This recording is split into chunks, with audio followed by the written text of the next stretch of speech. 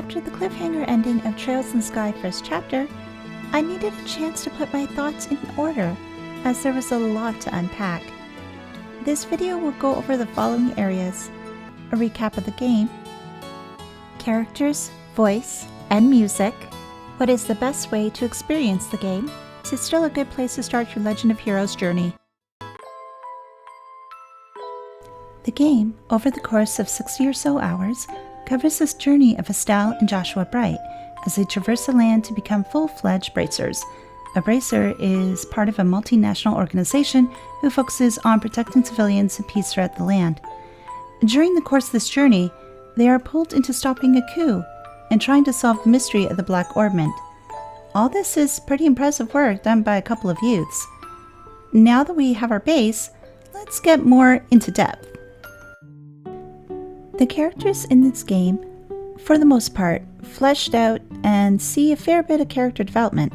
Although the main cast, Estelle and Joshua, get the lion's share, there is some growth by some secondary cast members such as Chloe, Tita, and Agate, just to name a few. Throughout the journey, the team members do change as Estelle and Joshua move through the different lands. For example, at the beginning, Shara joins the party but bows out about an act later, leaving the room for others to join in on the adventure. This keeps the game fresh and allows the player to adjust to different playstyles based on the different character strengths. The game makes sure that the player always focuses in on the development of our two main heroes. The first is Estelle Bright, who lives up to her name as a cheery, outgoing, energetic girl who has a deep love of fishing and sneakers. At the start of the journey, she's eager to become a junior bracer so that she can be like her dad, who is a bracer too. Taught at a young age to use a bow staff, she is the first one to rush into a fight or to help someone out. This can be admirable qualities, but like her dad always tells her, she has to be more mindful and to think first rather than just rushing in. Near the tail end of the Trails in the Sky journey, she is more sure of herself and thinking first before rushing headlong into danger.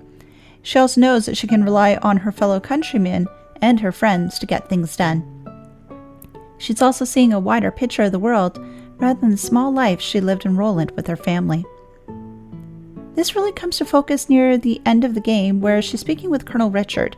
Her speech encapsulates her growth and what she's learned across her journey, which her friends praise her for.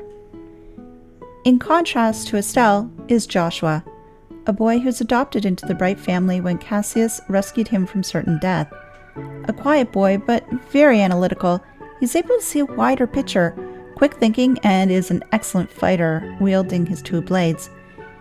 His past is something he's kept secret from Estelle and hasn't really told her until near the end of the game, where we get a more complete picture. He's always there to support Estelle and offer a different viewpoint, expanding on her view of the world and people in general. I was quite intrigued with Joshua and his character overall, not only to try to figure out his past, but to see as to how he's opened up to Estelle and others along the way. At a point early in the game, Joshua comments that he doesn't have much of a heart and, as a result, would always be a broken thing. During those times, it would be Estelle that would let him see a bigger picture of himself, rather than the darkness that he finds himself in.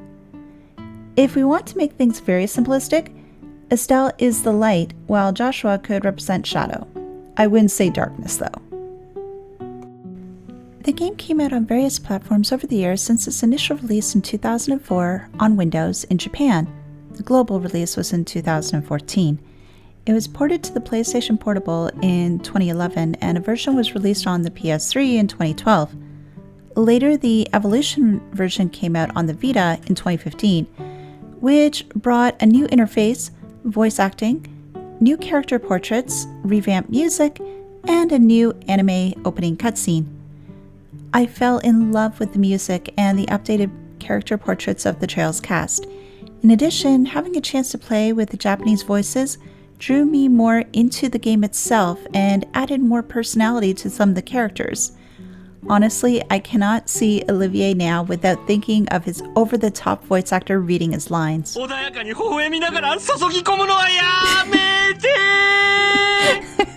The English game release did see some voice acting introduced, but just the battle voices, which is similar to the original Japanese release. This is not to say the original music for the game is poor. Far from it.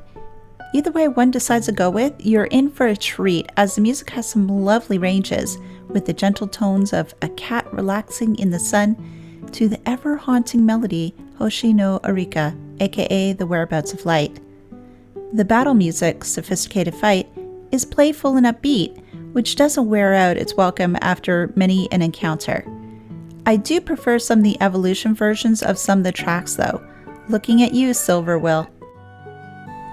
Overall, I wholly enjoyed my initial romp into Liberl and the world that Falcom built for this series. Most likely the easiest way to experience the game is through the PC version. It can be purchased on Steam, Humble Bundle, and Good Old Games, just to name a few places. If you have a Vita though, the Evolution version is a great way to play if you do want a more updated feel and playstyle. The game is looking very dated though, and might be hard for some people who really need newer or more 3D graphics to draw them in. As for where to start in the Legend of Heroes series, this is up to a lot of debate when I did my initial research on the topic. There are several schools of fans and thought.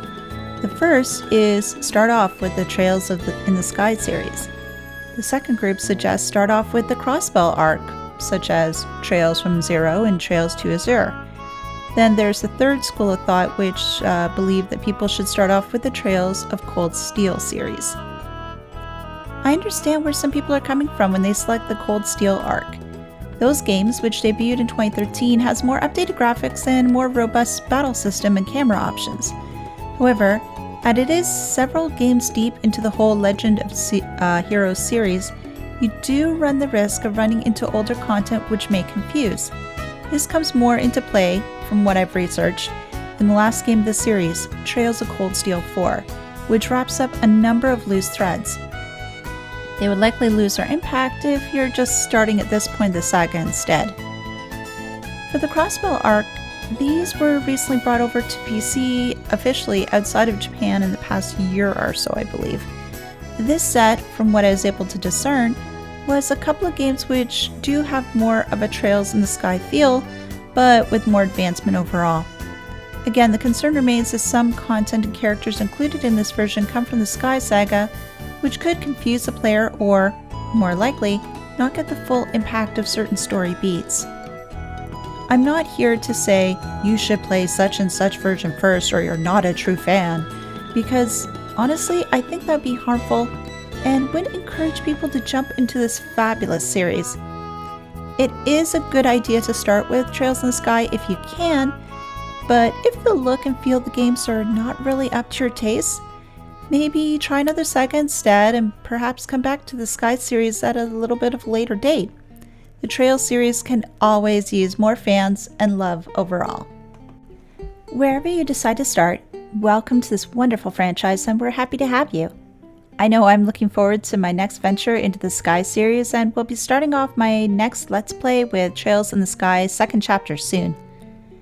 So, where did you start off in your Legend of Heroes journey? What game is your favorite? And are there any characters or songs you like the best? Let me know in the comments.